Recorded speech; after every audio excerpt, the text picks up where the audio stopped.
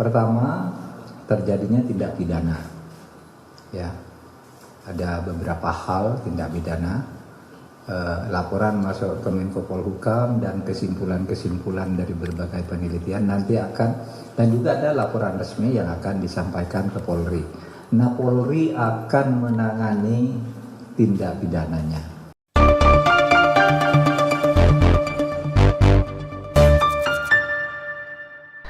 Berjumpa lagi dengan Om Ben.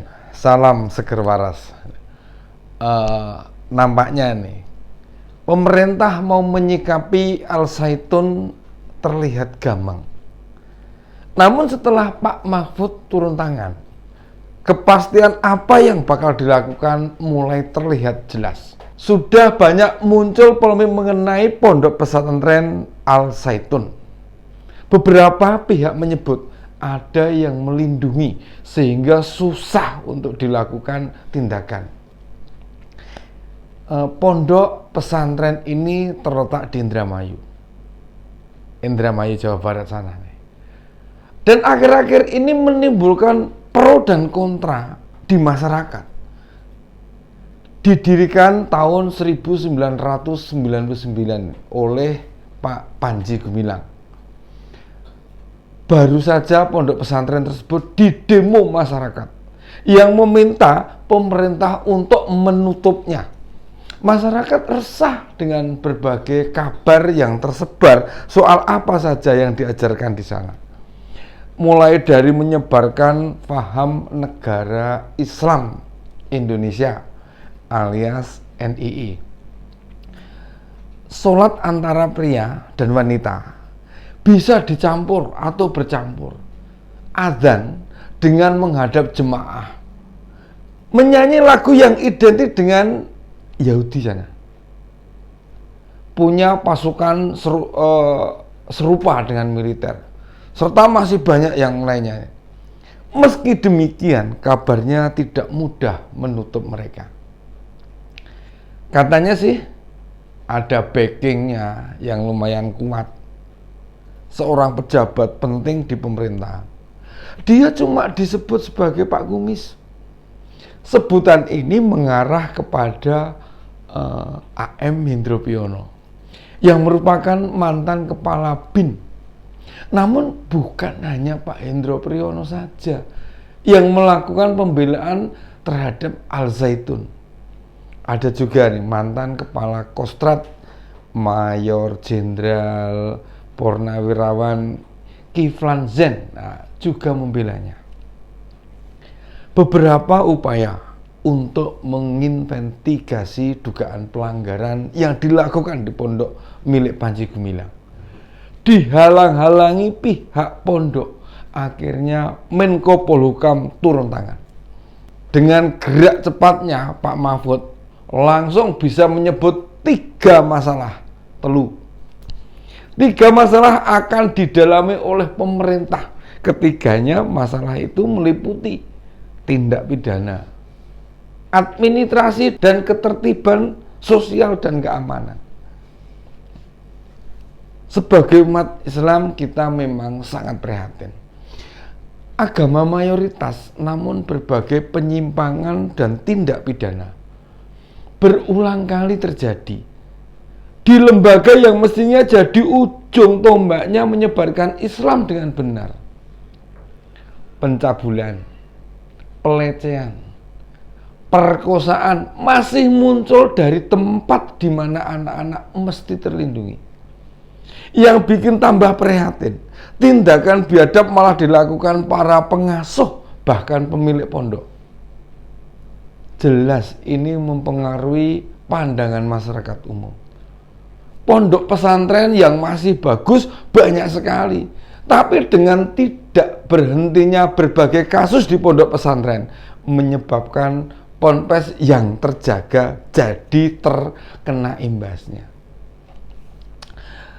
Mereka menghadapi dilema, ikut repot dan merasakan dampak. Harus menjelaskan apa yang terjadi di beberapa pondok oleh para pengasuhnya itu. Karena memang individu pengelola yang tidak menempatkan institusi pondok sebagai ladang ibadah. Hingga saat ini banyak pondok besar dan tradisional yang masih mampu menjaga nama baik mereka. Mencuatnya masalah Al-Zaitun seakan-akan memberi tambahan kerja keras pondok pesantren yang benar-benar ingin mendidik para santrinya mendalami agama dengan baik. Sebagai masyarakat, sebagian masyarakat agak lega waktu Menko Polhukam turun tangan di kasus Al-Zaitun ini. Setidaknya kita melihat keseriusan pemerintah mendengarkan keresahan di masyarakat. Pak Ridwan Kamil sebagai pemangku kepentingan di Jawa Barat terlihat sudah angkat tangan, tidak bisa menembus Al-Zaitun. Agak mengherankan juga ya. Kita belum pernah melihat upaya Pak Gubernur, namun belum apa-apa kok sudah menyerah. Nah, semestinya pemangku kepentingan bisa langsung melihat, bahkan masuk ke sana. Sejauh mana isu yang beredar di masyarakat itu. Lambannya Pemprov Jawa Barat membuat pemerintah pusat tidak bisa menunggu lagi. Dari berbagai tudingan yang dialamatkan ke Al-Zaitun, yang paling berbahaya bagi negara jelas penyebaran NII. Menurut Ken Setiawan, pendiri NII Crisis Center, Al-Zaitun itu didirikan oleh SM Kartosuwiryo dan diwariskan kepada Ahmad Musadik serta Panji Gumilang. Nama pondok pesantren hanya dipakai mengelabui gerakan menolak negara Indonesia saja. Menerima dana dari luar lebih mudah, money laundry, serta bebas audit.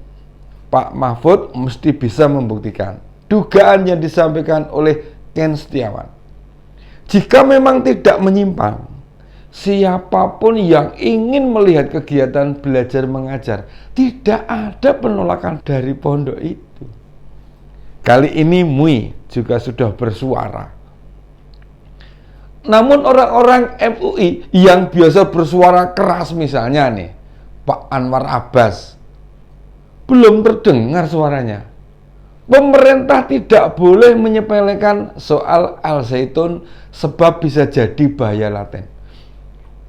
Bisa jadi selama ini Al-Zaitun aman-aman saja karena tidak ada informasi dari dalam yang keluar. Kita paham Kemenak memang delima dalam melakukan pengawasan pada pondok pesantren. Jika terlalu dalam akan dituduh membatasi gerak pondok. Namun jika dibiarkan, mereka bisa menyebarkan ajaran-ajaran yang menyimpang, termasuk pula ajaran radikalisme dan terorisme. Sebagai bagian masyarakat awam, kita harus dorong pemerintah untuk melakukan monitoring rutin, utamanya pada pondok yang menyebarkan ajaran radikal, intoleran, bahkan anti NKRI. Bukankah tidak sekali dua kali kita dengar masih ada ustadz yang melarang menyanyikan lagu Indonesia Raya, menghormat bendera, cinta tanah air, dan sejenisnya. Mestinya Kemenak tegas soal ini. Jika ada pondok pesantren tidak setuju dengan itu, tutup saja pondoknya. Gus Yakut sebagai Menteri dan juga Ketua Umum GP Ansor, tidak perlu ragu, lakukan monitoring sebagai berbagai pondok pesantren.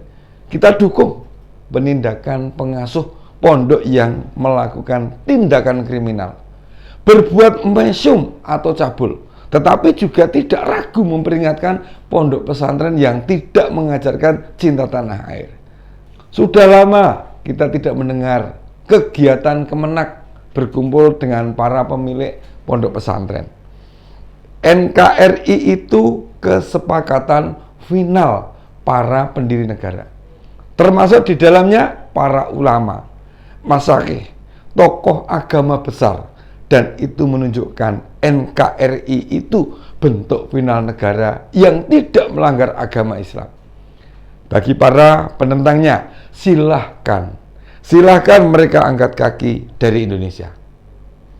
Untuk masyarakat awam, tolong, bila ingin memasukkan anak ke pondok pesantren, jangan hanya fokus pada anak keluar dari sana akan ahli dalam hal apa. Penting juga menanyakan bagaimana pandangan pondok tentang menyanyikan lagu Indonesia Raya, menghormat bendera, cinta tanah air. Jika mereka melarang, itu semua jangan pernah memasukkan anak ke sana. Mengapa? Sebagai orang yang dilahirkan di tanah tercinta ini, kalau sampai tidak diajarkan mencintai tempat kita hidup dan mencari makan, itu sama saja sudah tidak menghargai ibu kandungnya sendiri, alias tidak berterima kasih atas kenikmatan yang Allah berikan. Demikian opini Om Ben kali ini. Salam seger waras.